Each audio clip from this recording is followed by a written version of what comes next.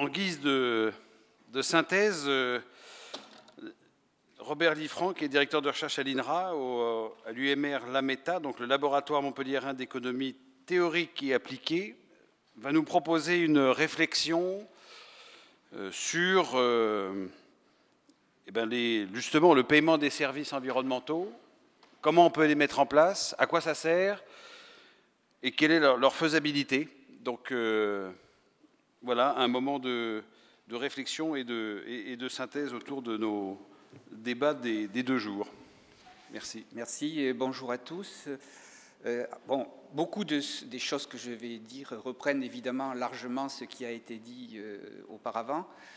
Mon rôle essentiellement, ça va être de le mettre en perspective dans une optique d'économiste. Je suis économiste et je travaille à la fois sur la biodiversité et sur les questions d'approvisionnement en eau d'une grande ville qui est Sydney, 5 millions d'habitants en climat semi-aride.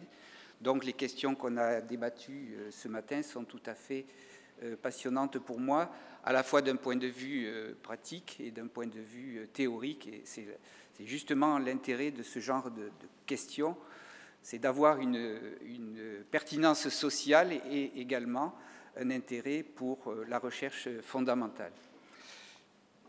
Je ne sais pas comment on avance. Là.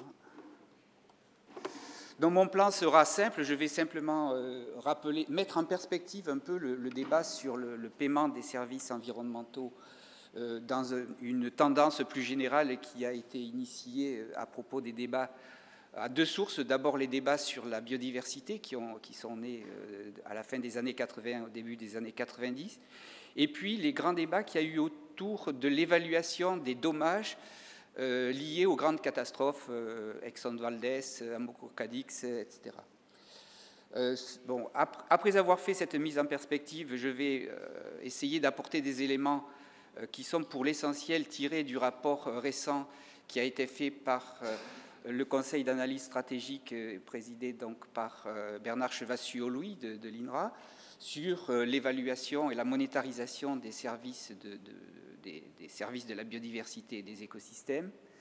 Et je renverrai largement à ce rapport que je vous conseille vivement de consulter. Donc une fois qu'on aura posé la question des valeurs dans l'absolu, on va revenir à la parcelle forestière et essayer d'envisager les questions qui se posent dans un contexte de multifonctionnalité de cette parcelle forestière ou de ce massif forestier par rapport à cette question du paiement des différents services dont il est le siège. C'est une question qui n'est pas si évidente que ça. Et dans un dernier temps, donc, j'élargirai la réflexion en passant de la parcelle ou du massif à l'échelle du paysage, en essayant de voir aussi comment cette échelle spatiale d'organisation de l'espace va complexifier encore plus la question du paiement pour les services écosystémiques et en particulier pour le service hydrologique. Et puis je terminerai avec quelques considérations plus générales. Alors la question des services des écosystèmes prend son origine dans un débat, comme je le disais, qui a été lancé par Wilson en 1989 autour de ce concept de biodiversité. Et on a pu parler d'opération biodiversité au sens un peu militaire du terme, en tout cas de communication, parce que les biologistes se trouvaient à l'époque à la fin d'un grand programme international qui était arrivé à son terme et se trouvaient confrontés dans les choix budgétaires des États-Unis à la concurrence des grands programmes spatiaux, la concurrence de la NASA, etc. Et les biologistes n'arrivaient pas à obtenir des budgets, des financements. Donc, ils ont dit il faut communiquer, il faut inventer un nouveau concept. Et ce nouveau concept, ça a été celui de biodiversité, préféré d'ailleurs au concept de diversité biologique. Donc déjà, dès le départ, on avait ce mélange entre des concepts, un travail scientifique, et puis des enjeux qui étaient des enjeux propres à la communauté scientifique et qui soulevaient des questions importantes d'enjeux économiques. Du point de vue, donc vous connaissez la définition, biodiversité de gènes, d'espèces et d'écosystèmes, donc c'est le troisième terme qui va nous intéresser. Et la recherche a évolué très rapidement, notamment à travers les travaux, les célèbres expériences de Tillman sur les prairies, de l'aspect diversité d'espèces vers la notion de diversité de fonctions, à travers une expérience très simple qui consistait sur une parcelle, sur un ensemble de blocs de parcelles, à empiler un certain nombre d'espèces et à voir quelle était l'incidence du nombre d'espèces sur la productivité, la biomasse de la parcelle. En fait, on s'est rendu très vite compte que ce n'est pas uniquement, évidemment, le nombre d'espèces qui comptait, mais que c'était quelles étaient les fonctions que ces espèces remplissaient à l'intérieur de l'écosystème prairial, en l'occurrence. D'où le développement d'une réflexion sur cette diversité fonctionnelle, la diversité des fonctions, qui a été reprise par le Millennium Ecosystem Assessment, qui l'a largement popularisé, largement médiatisé, avec une petite difficulté au passage, qui est que la diversité des fonctions et la diversité des services, ce n'est pas la même chose. Et c'est une évolution qui a été extrêmement importante, puisque là, on a rejoint un autre enjeu à la fois de budget, un enjeu politique et économique, qui consistait à dire, pour préserver mieux la biodiversité, il faut qu'on démontre qu'elle a un rôle fondamental dans le bien-être humain. Autrement dit, qu'elle remplit des fonctions, qu'elle rend des services à l'humanité, même si ces services ne sont pas des services marchands. Donc vous voyez, on est en plein dans cette logique d'évolution qui consiste à partir d'un concept très général et à se recentrer progressivement sur des aspects qui sont centré sur l'homme, sur l'humanité et sur l'utilité de ces fonctions pour l'humanité. Donc là, on est déjà au cœur du service hydrologique et de la question qui nous a agité ce matin. Le raisonnement, évidemment, d'un point de vue économique, est assez simple. C'est ce qui n'a pas de prix n'est pas pris en compte dans les décisions des agents économiques, que ce soit les agents privés ou les agents ou les autorités publiques, et donc cela biaise les décisions. Beaucoup de décisions publiques au cours des 50 dernières années ont été prises sur la base d'un calcul économique qui ignorait complètement les avantages, les bénéfices et les services apportés par les écosystèmes que l'on détruisait, notamment en faisant ces infrastructures ou ces équipements collectifs, qui étaient notamment les zones humides, et c'est les zones humides qui ont le plus pâti de ce biais dans la décision publique et dans la décision privée. Donc l'idée, c'était de dire il faut donc réintroduire des valeurs non marchandes dans le calcul économique des agents. Et ça rejoint une vieille question qui avait été abordée au XIXe siècle par un ingénieur des ponts et chaussées qui s'appelait Dupuy, donc en 1848, il a rédigé un mémoire qui démontait déjà tout ce mécanisme sur la façon dont la décision concernant un projet public pouvait intégrer des valeurs non marchandes et le bien-être des citoyens.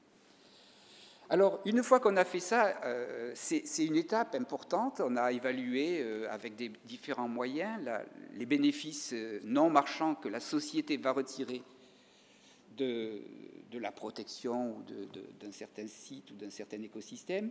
Mais le problème, c'est que tant que les services fournis n'ont pas la possibilité d'être exprimés sur un marché, on va être confronté à ce que les économistes appellent le free riding, ou le phénomène du passager clandestin, c'est-à-dire que c'est un bien public, et puisque c'est un bien public, on peut en profiter sans en payer le véritable coût. Donc là, il y a un problème qui a conduit certains économistes, pas tous, certains économistes, à proposer de créer des marchés pour le maximum de services environnementaux que l'on pourrait. C'est une tendance qui consiste à dire partout où on peut utiliser le marché, utilisons-le. Donc voilà le contexte qui va très rapidement poser le sent bien, des enjeux de légitimité, des enjeux d'opportunité, est-ce que ça vaut le coup ou pas, et des enjeux de faisabilité. Et bon, je vais principalement, dans la suite de mon exposé, mettre l'accent sur ces questions de faisabilité. La légitimité, c'est quelque chose qui est aussi très important, mais que je n'ai pas le temps d'aborder. Alors, je vais maintenant me centrer sur la question des services hydrologiques et de l'eau, en soulignant d'abord que la question est extrêmement dépendante du contexte dans lequel on va se situer, notamment du contexte de la récolte de l'eau, ce que je peux appeler la récolte de l'eau, parce que en fonction de la population qui va être la population de consommateurs, c'est pas pareil si vous avez 5 millions d'habitants, si nés dans un climat semi-aride où vous avez des sécheresses de 3 années successives, vous allez avoir besoin de stocker l'eau. Stocker l'eau dans des grands réservoirs qui sont gigantesques, où vous allez être confronté à des problèmes de qualité de l'eau qui sont différents de ceux que vous allez trouver lorsque vous gérez un petit captage au pied d'une montagne pour un village de quelques milliers d'habitants. On sent bien que les choses sont complètement différentes. De la même façon, les problèmes ne sont pas les mêmes si vous allez puiser l'eau pour une grande ville dans la Seine ou dans la Tamise, ou si vous allez donc utiliser un captage profond dans un aquifère fossile. Donc voilà, toutes ces questions donc, que nous allons aborder doivent l'être en ayant en tête cette diversité des conditions. On évoquait tout à l'heure la question du lac Léman et justement des arbitrages que la collectivité avait à faire de ce point de vue. Donc il y a des problèmes écologiques qui sont différents et la question qui se pose évidemment dans tous les cas, c'est la question du coût d'opportunité ou de la comparaison des coûts. Alors je vais d'abord vous apporter une bonne nouvelle que vous connaissez ou dont vous avez tous l'intuition, mais avec des chiffres qui sont donc on a collecté dans l'expertise du CAS, puisque ça a été effectivement un des services qui a été étudié. Donc le CAS a essayé de montrer le rapport de coût entre une épuration et une provision d'eau de bonne qualité par des écosystèmes naturels à l'échelle des bassins versants ou par une usine de traitement de l'eau. Puisque c'est bien dans ces cas-là, dans cette situation-là, on a un service qui est ce qu'on appelle une méthode du coût de remplacement. On remplace le service produit par l'homme par un service produit par l'écosystème. Et vous voyez que pour New York, New Jersey, donc des villes de différentes importances, sauf Munich pour lesquelles je n'ai pas les chiffres, on a des rapports qui sont très favorables aux services rendus par l'écosystème naturel, qui coûtent, le rapport est de 1 à 10 dans le cas de New York, ce qui a effectivement conduit la ville de New York à gérer le bassin versant, à acquérir des terrains, à inciter les propriétaires à avoir, lorsqu'ils ne pouvaient pas acheter, à avoir des pratiques respectueuses de la ressource. L'économie réalisée, elle est de 1 à 10. Donc ça rejoint le débat qui a été abordé tout à l'heure du fait que ce rapport des coûts est très favorable à une discussion, à une négociation favorable à la forêt et aux écosystèmes naturels. Et c'est assez général, puisque bon, pour New Jersey, qui est une ville de moindre importance, le rapport est un peu moins favorable, mais pour Portland, c'est également un rapport qui est favorable. Donc c'est une bonne nouvelle, et c'est une nouvelle favorable à l'épuration par les écosystèmes. L'autre bonne nouvelle, mais bon, malheureusement, on a vu tout à l'heure que ce n'était pas si évident que cela avec l'intervention de M. Maugendre. Il y a une demande solvable, bon, ça c'est le cas, mais il y a des interlocuteurs industriels ou des collectivités locales qui font la médiation entre la demande des ménages et puis les offreurs potentiels du service que sont les différents propriétaires fonciers. Alors, bon, on a vu que, M. Maujean nous a dit que du côté de la facture d'eau, ils étaient très limités. Alors, on combine les deux, on dit, ben oui, effectivement, nous, on peut vous procurer un service qui serait au moindre coût. Donc, voilà, tout le monde, il y a une convergence d'intérêts. Alors, du coup, voilà, on prend acte du fait qu'il y a une situation, il y a une opportunité. Maintenant, il va falloir entrer dans le vif du sujet et voir comment, concrètement, on pourrait organiser ça. Et immédiatement, on tombe sur de nombreuses questions. D'abord, celle des arbitrages dans la gestion forestière entre les différents services et les multiples services qui sont aujourd'hui socialement offerts, dans les opportunités offertes aux propriétaires ou aux gestionnaires forestiers. Ensuite, il y a la contribution de la forêt qui est replacée dans un contexte paysager et territorial donné à la production du service. C'est le problème que j'appelle celui de l'imputation des coûts. Et troisièmement, il y a un problème de contrôle de ce service qui est d'ailleurs lié aux deux précédents.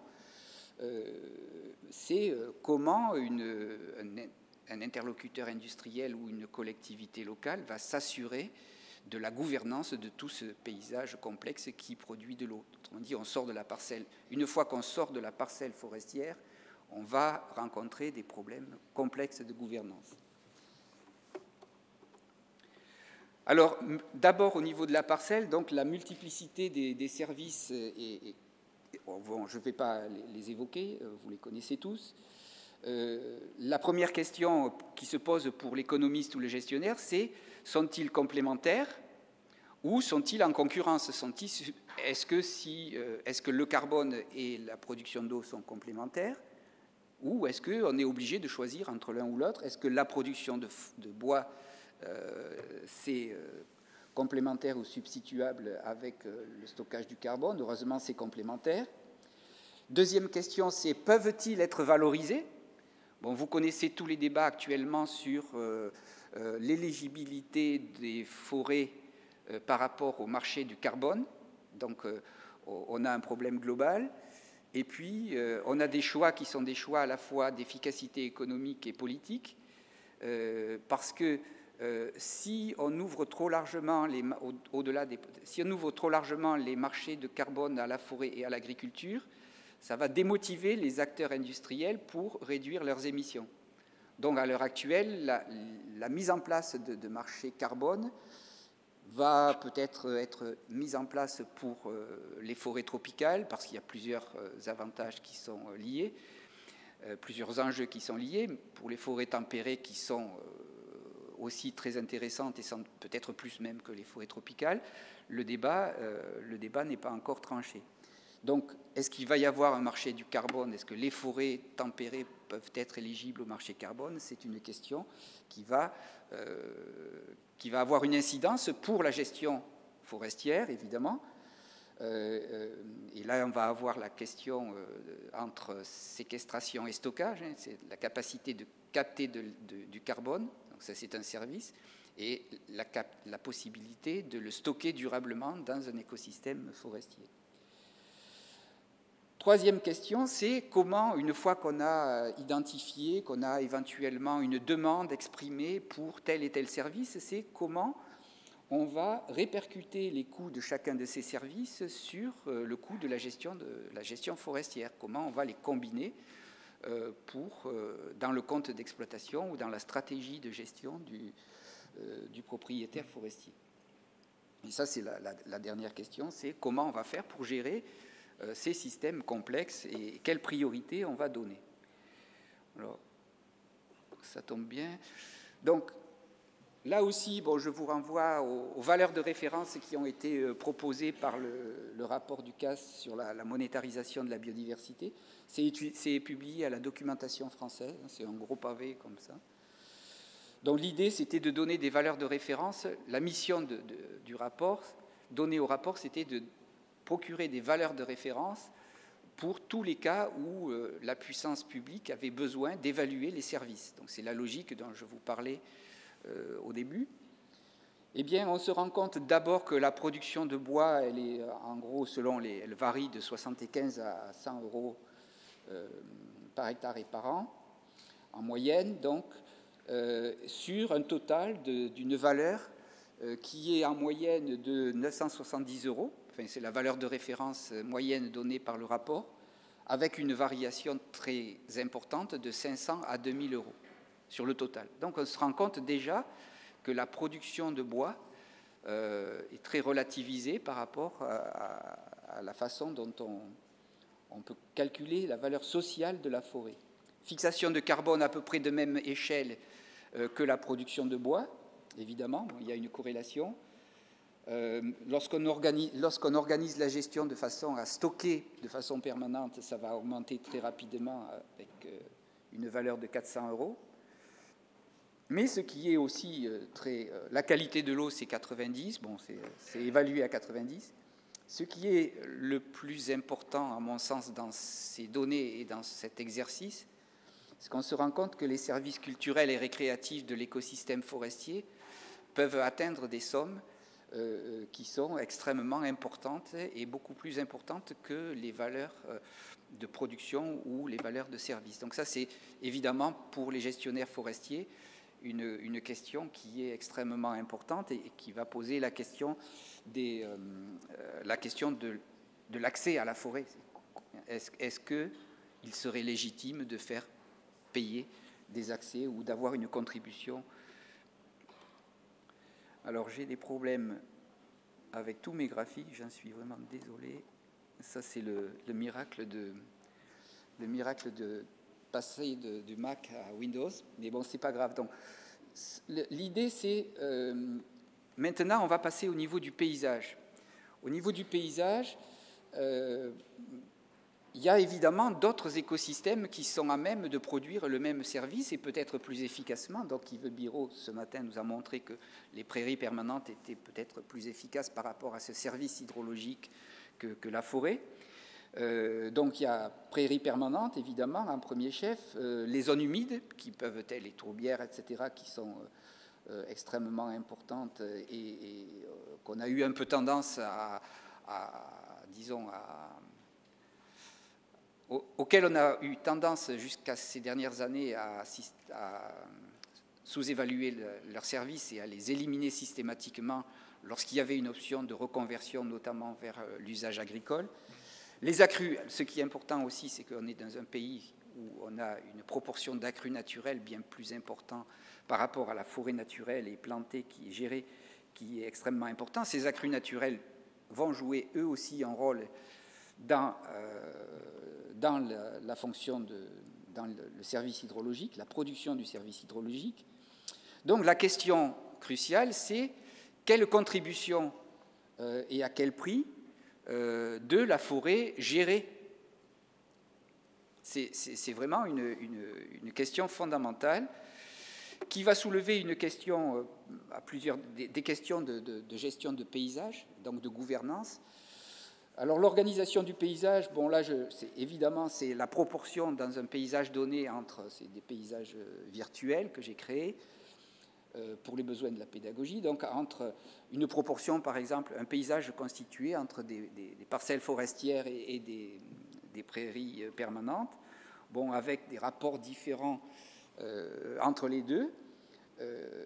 Bon, la question qui se pose, c'est est-ce qu'il y a des seuils à l'échelle des paysages qui peuvent déclencher une meilleure productivité par rapport à l'eau et à sa qualité ou pas. Deuxième question, dans l'organisation du paysage, qui est également cruciale, c'est qu'on se rend compte que la production des services peut être très sensible à tout ce qu'on appelle la topologie, c'est-à-dire la disposition relative des éléments dans le paysage. Ici, bon, j'ai fait un tout petit schéma qui part d'une unité de base de paysage dans lequel on a 4 parcelles paysagères, forestières et 5 parcelles agricoles ou de prairies permanentes. Et vous voyez qu'avec ce schéma très simple, on peut combiner dans l'espace, en conservant la même proportion de forêts et de prairies, on peut combiner ces éléments, ces unités paysagères élémentaires de différentes façons Et le résultat du point de vue écologique, du point de vue notamment de la fourniture du service hydrologique, peut être extrêmement différent. On voit bien qu'entre le schéma du haut et le schéma du bas, on peut avoir des résultats qui seront extrêmement différents. C'est simplement, je n'ai pas de données expérimentales à l'appui de ce raisonnement, mais c'est simplement pour vous donner l'idée du raisonnement qu'on pourrait faire, qui permettrait de construire ce qu'on appelle en économie une fonction de provision du service, puisqu'on a une variable de contrôle qui est à l'échelle du paysage, la superficie en forêt, et puis vous avez le résultat qui va être la qualité paysagère ou la production du service hydrologique, et il y a évidemment différentes fonctions formes de fonctions de production qui ont des implications en termes de gouvernance extrêmement différentes, puisque si on se situe donc sur la courbe du haut, qui correspond à ce qu'on appelle en économie des cas de best shot, c'est-à-dire il suffit de très peu d'acteurs qui, par leur action, vont pouvoir contribuer à produire l'essentiel du service. Si on est dans une situation comme la courbe du bas, là, c'est beaucoup plus difficile. C'est ce qu'on appelle des situations de maillon faible, dans laquelle il suffit, l'exemple, c'est celui de la digue qui entoure la ville de Caderousse ou une ville ou Venise ou autre. Il suffit qu'il y ait une petite faille dans le système de digue, et puis c'est tout le service qui est menacé. Donc là, est-ce que la forêt est du côté best shot ou du côté weakest link? C'est une des questions posées par cette question du paiement des services. Dernier point, c'est comment contrôler le service. On a largement abordé la question, notamment avec l'intervention de Madame Prokofieva. C'est ce qui est le plus simple, mais le plus coûteux aussi, c'est d'intégrer la propriété, c'est-à-dire on achète des parcelles, c'est ce qui a été fait à New York. La ville de New York a acheté des parcelles forestières, et on intègre donc, c'est le service de l'eau qui intègre la propriété forestière, et c'est une réponse à la question que je posais initialement de comment on hiérarchise les objectifs de gestion. Une solution intermédiaire, c'est le rachat de servitudes, c'est-à-dire on va racheter une servitude, par exemple, sur la forêt. Le propriétaire va continuer à pouvoir gérer sa forêt pour des usages récréatifs, pour des usages de production de bois, etc. Donc là, il y a aussi une négociation sur le montant de la servitude. Les incitations par contrat qui sont bien connues et qui sont le modèle le plus typique des réflexions et des travaux sur le paiement pour services environnementaux, avec juste une petite mention d'une expérience extrêmement intéressante qui est menée en Australie par l'État de Victoria, donc la ville de Melbourne, où ils ont systématisé, donc le trésor public de Victoria a embauché un de nos collègues qui a systématisé tout ce système de paiement pour services environnementaux, et il a légitimé à travers un système d'enchères. C'est-à-dire qu'ils ont mis au point des systèmes d'enchères où les propriétaires vont proposer à la fois des solutions écologiques, des solutions de gestion de leurs parcelles, et un montant demandé pour le service. Donc je vais aller vite. Réglementation, bon, tout le monde connaît, on connaît les limites et l'efficacité des systèmes de périmètre de protection. Les incitations adaptées, bon, je pourrais vous en parler longuement, je vais le laisser. Simplement pour en venir à ma conclusion, donc, on voit bien qu'il y a une opportunité, mais qu'il y a il y a des problèmes importants de légitimité. Est-ce qu'il faut utiliser systématiquement les marchés ou pas, les systèmes de marché? Des problèmes de responsabilité et de gouvernance, c'est comment on effectue l'imputation du service aux différents acteurs. Au-delà de ça, il y a une question plus générale, c'est est-ce que la production du service hydrologique et le paiement pour ce service relève d'une pure rente, c'est-à-dire c'est une nouvelle forme d'une rente naturelle qui serait payée aux propriétaires forestiers, ou bien est-ce qu'il y a un service réel dans la gestion forestière qui va pouvoir légitimer le paiement. Donc, tout ça pour vous dire qu'il y a un vaste domaine de recherche à la fois théorique et pratique qui est encore, à mon sens, peu exploré et prometteur. Il est largement exploré sur le plan général.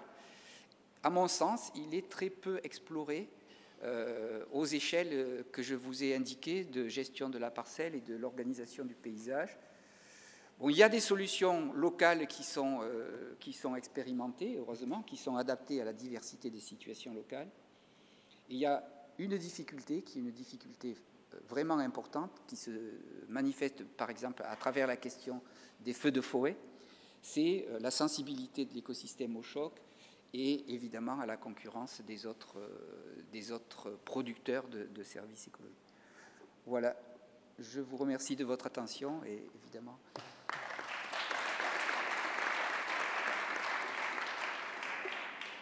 Donc vous avez dans ma présentation, il y a une liste bibliographique qui vous permettra, la référence au rapport de Chevassus-Louis, la référence à une expertise collective sur agriculture et biodiversité qui est disponible sur le site national INRA, et puis d'autres articles scientifiques si vous voulez approfondir la question.